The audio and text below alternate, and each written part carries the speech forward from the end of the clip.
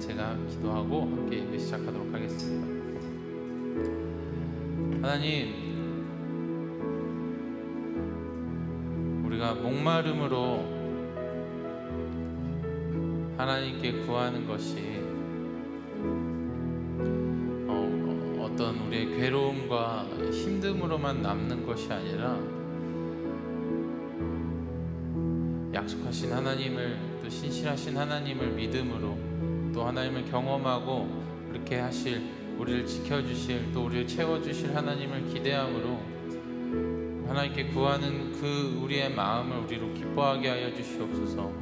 하나님께 구할 때, 또 하나님께 우리가 간구하고 하나님께 기도할 때 우리의 마음에 평온함으로, 또 기쁨으로 우리가 주님께 구할 수 있게 허락하시고, 또 무엇보다 채우시는 하나님을, 나를 사랑하셔서 늘 나를 채우기를 바라시고 내가 풍족하기를 바라시는 하나님의 그 마음을 우리로 알게 하여 주시옵소서.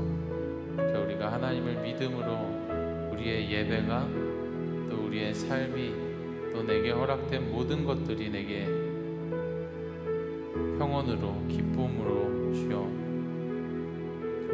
또 온전함으로 있을 수 있도록 주여 허락하여 주시옵소서.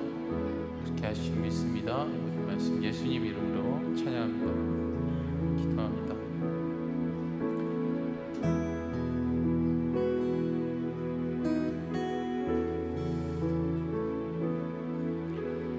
내 갈급함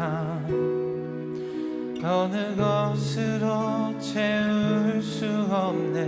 내 갈급함 상한 나의 심령에,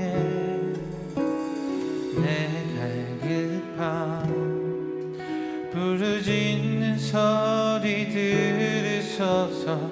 내 갈급함 주의 음성 들리네.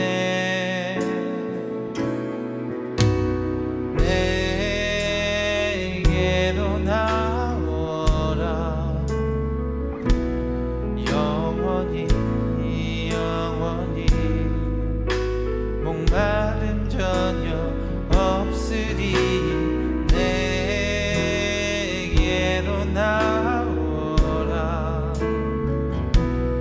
가까이 가까이 생수의 근원 되신 주께 내게로 나오라. 영원히 영원히 목마름 전혀 없으리. 내게로 나오라. 가까이 가까이 생수의 근원 되신 주께. 다시 한번 찬양합니다. 내 갈급함, 내 갈급함 어느 것으로 채울 수 없네.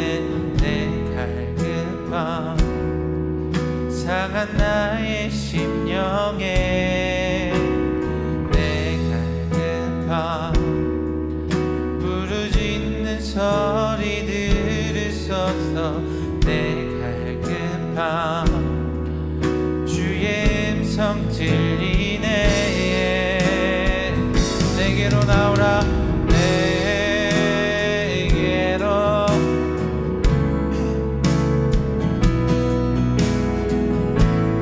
영원히 목마름 전혀 없으리. 내게로 나오라.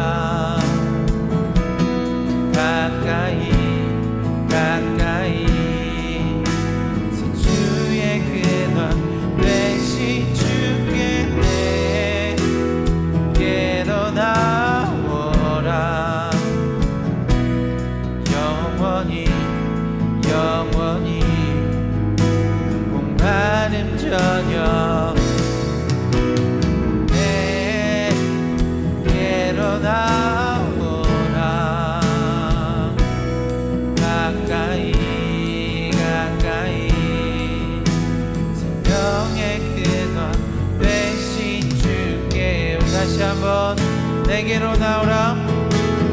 내게로.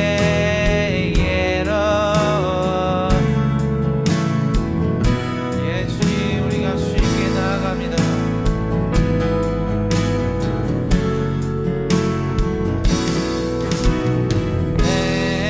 내게로 나오라. 가까이 가까이 생수의 근원 대신 주께 내게로 나오라.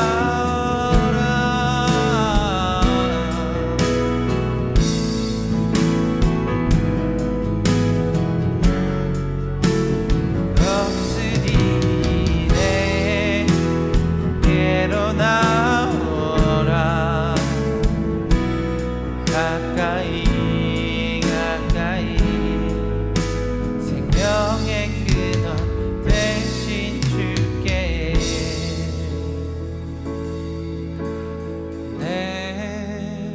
내게로 나오라.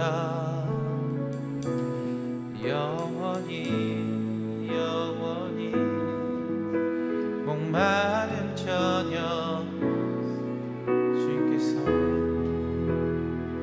우리로 영원히 목마르지 않을 생수를 허락하실 주님 앞에 가까이 가까이 생수의 근원 대신 주께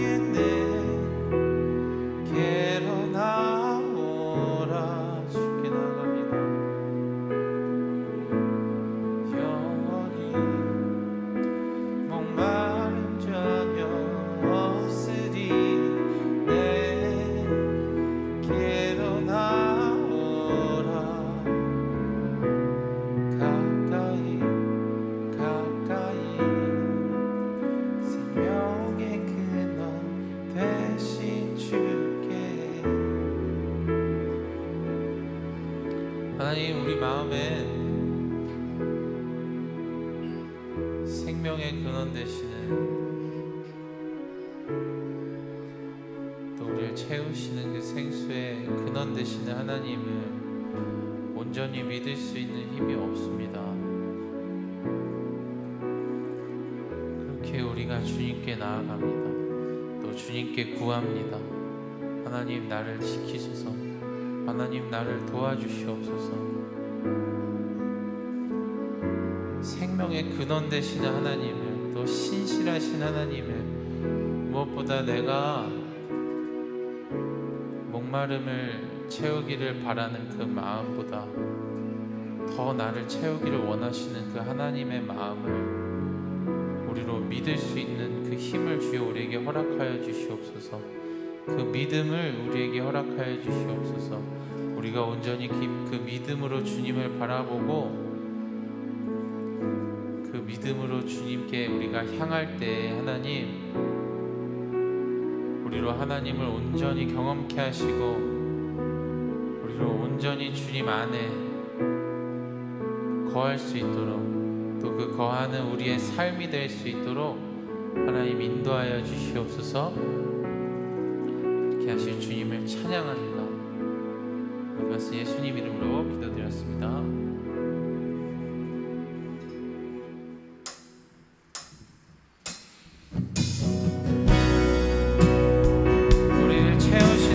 우리가 믿음으로 바라보길 원합니다. 함께 찬양합니다. 내 영이 주를 구하고, 내 영이 주를 구하고, 내 마음이 주를 향하네. 주님 만나기 원하네. 내 마음 열어놓고 기다리며 오직 주만 경배하네. 주 없는 나의 삶은 메마른 사막과 같네. 주 품에 날 안아주소서. 주님의 그 사랑 없이 내 영혼 살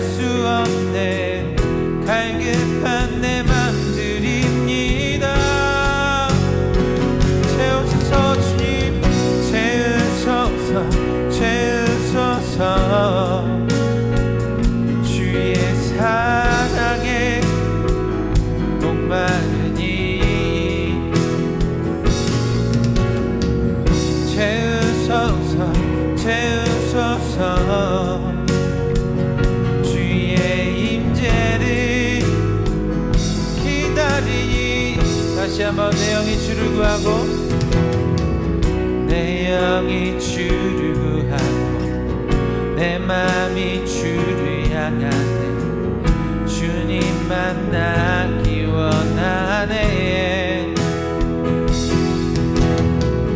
내 마음 열어놓고 주의 임재 기다리며 오직 주만 경배하네 주 없는 나의 삶은 주 없는 나의 삶은 메마른 사막과 같네 주 품에 날 안아주소서 주의 그 사랑 없이는 주의 그 사랑 없이 내 영혼 살 수 없네 갈급한 내 맘들입니다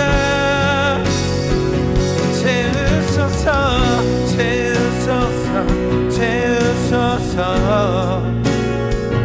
주의 사랑에 목마르니 채우소서 채우소서 주의 임재를 기다리니 채우시옵소서 주님 채우소서 채우소서 주의 사랑에 목마르니 채우소서 채우소서 주의 임재를 기다리니 다시 한번 채우소서 주님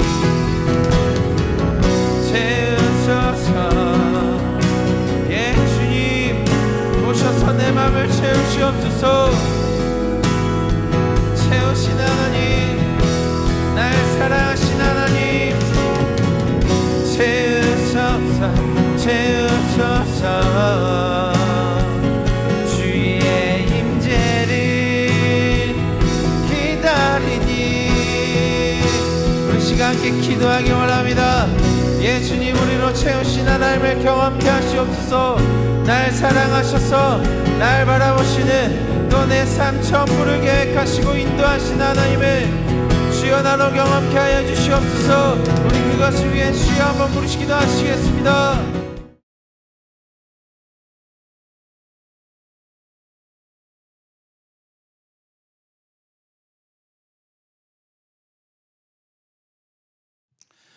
오늘 말씀의 제목은요 더욱더 능력을 얻어서 사도행전 42번째 시간입니다. 더욱더 능력을 얻어서입니다. 여러분 새학기가 이렇게 돼요. 학생들이 새학기를 맞이하거나 우리가 새 출발을 한다고 했을 때는요 일단 우리의 삶을 새롭게 준비합니다.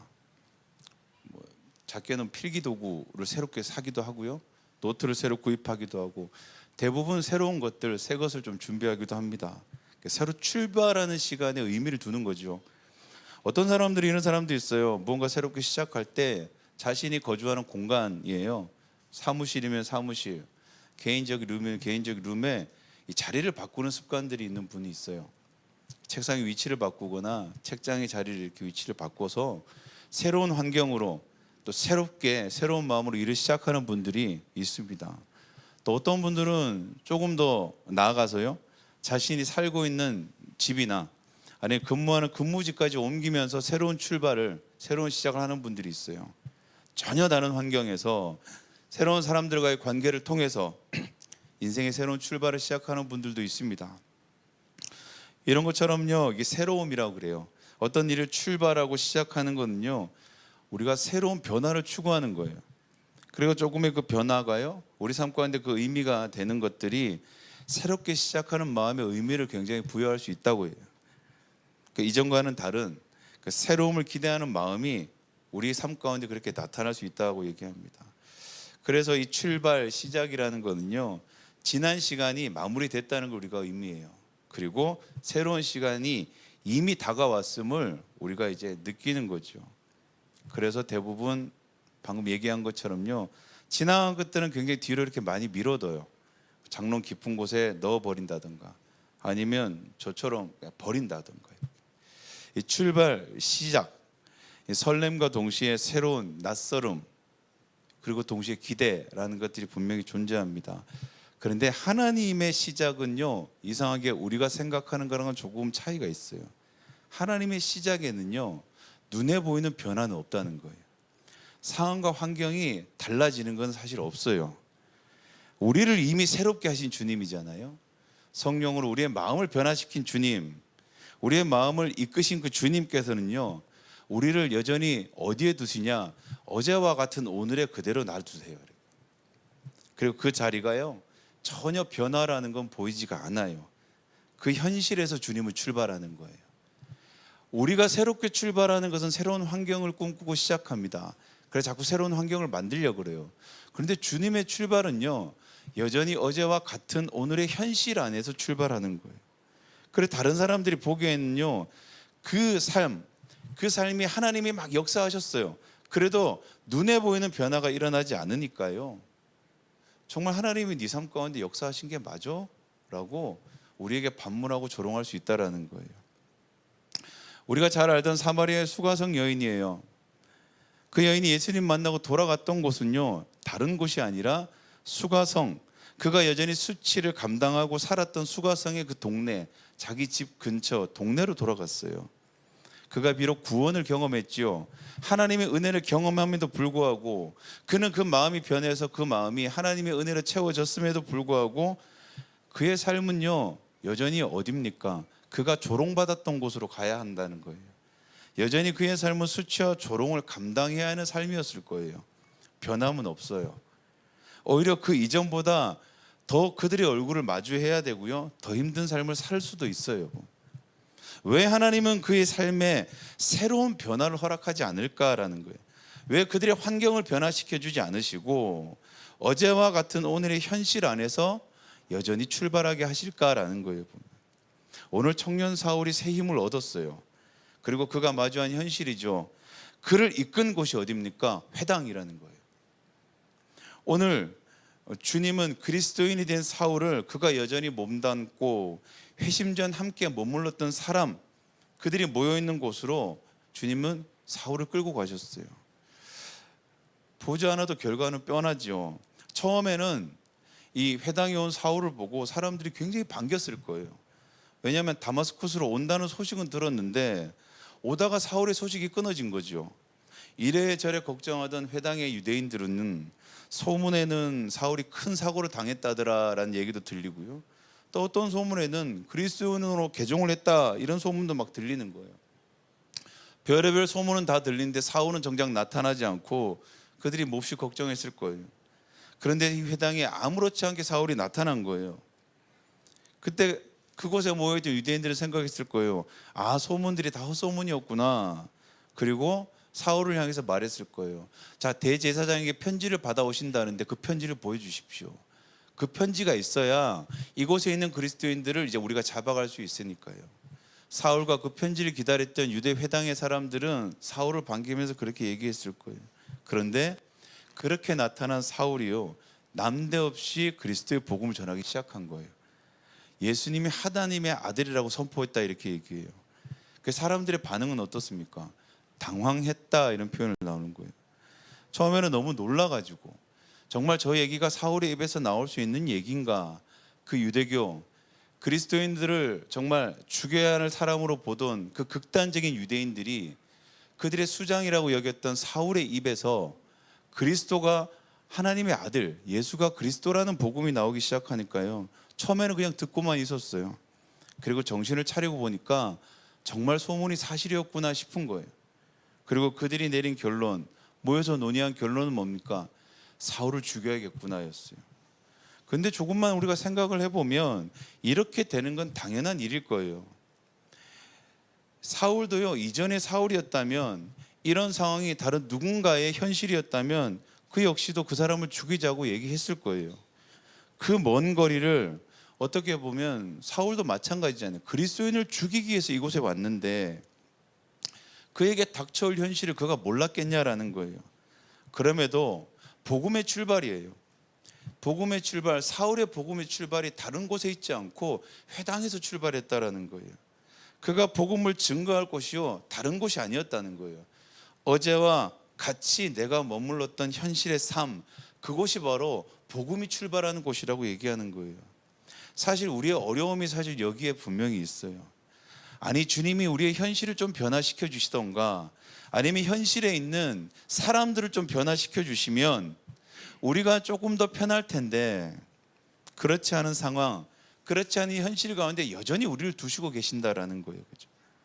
나는 이제 이전으로 돌아갈 수가 없는데 이곳에서 이제 복음의 삶을 살아야 되는데 그죠? 여전히 삶은 변하지 않고 현실은 변하지 않고 나는 이제 그 삶을 감당해야 하는 현실이 우리 가운데 이제 주어진 거예요. 보면. 누군가가 예수님이 부활을 하셨고 그 부활의 예수님을 나타날 때 왜 예수님은 제자들한테만 그가 부활하신 것을 보이시고 승천하셨을까라고 의문을 제기한 분들이 분명히 있어요. 그냥 예수님이 부활하셨다면 부활하신 그 완전한 그 부활체를 대제사장에 보이셨다면 서기관과 바리새인 바리새파 지도자들한테 보이셨다면 아니 그냥 무엇보다도 로마 총독이 빌라도에게 직접 나타나셨다면 그렇다면 제자들이 그렇게 애쓰고 수고하며 복음을 전할 필요가 없었을 텐데 그냥 온 유대뿐만 아니라 온 로마가 그날 즉시로 예수가 신이구나라고 믿었을 텐데 왜 예수님은 그가 부활하자마자 그의 제자들에게만 그 모습을 나타내시고 하늘로 승천하셨을까? 그리고 제자들에게는 그런 혹독한 현실을 허락하셨을까라는 거예요. 그렇죠? 변하지 않는 현실 가운데 이제는 우리의 마음이 변해버린 그리스도인들을 그곳에 두시는 이유, 오늘 그것을 주님이 말하고 있는 거예요. 그렇죠? 무엇을 말하고 있는가? 복음은요 말로 전해질 수 없다고 주님 말하고 있는 거예요. 복음은 환경과 상황의 변화로 전해지지 않는다고 얘기하는 거예요. 복음은 누군가의 강한 영향력과 강권으로 전해지지 않는다고 얘기하는 거예요. 복음은 뭐로 전해집니까? 그리스도인의 삶으로 전해진다는 거예요. 복음은 뭐로 전해집니까? 그리스도인들이 살아가는 시간으로 전해진다고 오늘 얘기하고 있는 거예요. 그래서 우리를 보내신 곳이 어디입니까? 우리가 살고 있는 현실이라는 거예요. 여러분 우리 그 생각을 해요. 복음을 강권하면 된다고 생각해요. 어떤 권위가 있는 사람이 복음을 나타내면 사람들이 다 믿을 거라 생각해요. 안 그래요, 여러분. 그런 일은 일어나지 않아요. 여전히 어제와 같은 현실 안에서 어제의 나를 아는 사람들과 함께 살아가는 삶 가운데 증인으로 살아간다면 향기가 되고 통로가 된다고 오늘 주님 말하는 거예요. 청년 사울도 굉장히 당황했습니다. 우리도 당황하는데 그도 당황했을 거예요. 변화된 환경이 아니라 변화시키시는 환경이 아니라 여전히 그 시간 안에 그가 어떻게 할 수 있는 무력함을 느꼈을 거예요. 그래서 사울은 계속해서 회당을 다녔어요. 회당 안에서 복음을 변증했다 그래요. 복음을 증명했다 그래요. 복음을 그가 아는 말로 증명하려고 무던히도 애를 썼어요. 그가 아는 철학으로, 그가 아는 율법으로. 그는 예수가 그리스도임을 때로는 그들과 논쟁하고 때로는 서원을 만들어서 그들에게 강론하고 때로는 갈 수 없는 상황이 되면 감옥이나 어떤 갇혀있는 곳에서 편지를 써서 그는 복음을 증거하며 모든 사람들에게 복음이 전해지길 애쓰고 수고했어요. 그런데 그가 깨달은 게 있죠. 로마의 감옥에서 에베소의 감옥에서 비로소 그가 마지막 편지를 보낼 때 그가 하나님의 섭리를 깨닫고 그의 제자들 혹은 그가 세웠던 교회에 편지를 보내면서 증거합니다. 이제껏 내가 애쓰고 수고했던 그 모든 것들이 다 내 말에 있었습니다. 이렇게 표현을 해요. 내가 한 말이었습니다. 성령이 한 말이 아니라 내가 한 말이었습니다. 나의 지식이었습니다. 내가 우리말로 할게요. 내가 아는 체 했습니다. 뭣도 몰랐는데 내가 정말 여러분에게 모른 채 아는 채 하고 살았습니다. 나의 지식으로 복음을 증명하려고 했습니다. 복음은 말로도, 복음은 지식으로도 채울 수 없는 하나님의 거룩한 신비인데 내가 그거를 증명해 보려고 무더니도 잘난 체 했습니다. 바울이 이렇게 고백하는 거예요. 이런 표현이 있어요, 성경에. 누가 주님의 마음을 알아서 주를 전할 수 있습니까? 이렇게. 그런데 내가 이 작은 가슴에 조금의 은혜를 가지고 그리스도를 겨우 담아왔는데 내가 그렇게 살았습니다. 이렇게 얘기해요. 고린도전서는 이렇게 얘기해요. 2장 4절이 나의 말과 나의 설교는 지혜에서 나온 그럴듯한 말로 한 것이 아니라 이렇게 얘기해요. 이제는 내가 알았던 거예요. 내가 잘난 체하고 살았는데 이제는 어떻게 해요? 성령의 능력이 나타나는 증거로, 이제는 앞으로 성령이 나타나는 증거로 살고 싶습니다. 이렇게 얘기해요. 여러분, 그리스도인이 된다는 것과 그리스도의 증인이 된다는 것은 다른 말이에요. 이거는 같지 않아요. 그리스도인이 되는 것은 우리가 어떻게 하지 않아도 돼요. 이것은 은혜라 그래요. 근데 증인이 되는 것은 우리의 몫이에요. 시간이 필요합니다. 우리가 살고 있는 곳에서 말이 아닌 삶을 나타내야 하는 우리의 책임이 존재한다라는 거예요. 오늘 주님은 우리의 삶의 자리로 우리를 다시 보내세요. 다시 보내세요. 그리고 그때부터는 말이 아니라 삶으로 증인되라고 주님 말씀하시는 거예요. 여러분, 삶의 자리에서 복음을 말로 증거하지 않으셔도 돼요. 복음은 말로 증거되는 게 아니에요. 제가 이렇게 설교를 쭉 하지만 한 번씩 되게 무력할 때가 있어요. 이렇게 아무리 말해도 복음이 말로 전해지지 않는다는 것을 어떨 때는 참 뼈저리게 느껴요.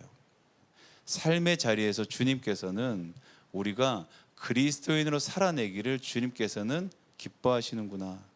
수많은 말보다 우리의 삶, 그 삶 가운데 하나님께서는 당신의 이야기를 증거하시는구나 였어요. 여러분, 오늘 주님께서 우리의 삶 가운데 청년 사울을 변화시켜서 그를 보내신 곳은 다시금 그가 있었던 유대교 회당이었습니다. 여러분이 오늘 은혜를 받고 아니면 여러분은 복음을 다시 회복하고 돌아가야 할 곳은 어제와 다름없는 여러분이 머물러 있는 현실입니다. 복음과 현실이 무관하지 않음을 우리가 기억했으면 좋겠습니다. 그리고 한 가지입니다. 그곳에서 얼마가 걸릴지 모르겠지만 그 시간 안에서 오늘 주님은 말씀하십니다. 그 시간을 지내는 만큼, 그 시간이 증인이 되는 만큼 그 시간 안에서 주님께서 일하시겠다고 말합니다. 환경의 변화, 상황의 변화가 아니라요, 오늘 주님께서는 변화된 우리를 통해서 함께 걸어가는 변화된 삶, 증인의 삶을 오늘 우리 가운데 부탁하고 계십니다. 저도 여러분에게 한번 부탁하고 싶습니다. 한 주간 살아갈 때요, 여러분의 삶의 자리, 직장이면 직장, 가정이면 가정, 여러분이 머물러 있는 곳에서 여러분께서 증인으로 살아가십시오. 여러분은 증인으로 살아갈 책임과 의무가 있다는 것을 여러분 기억하십시오. 가급적이면 말하지 마십시오.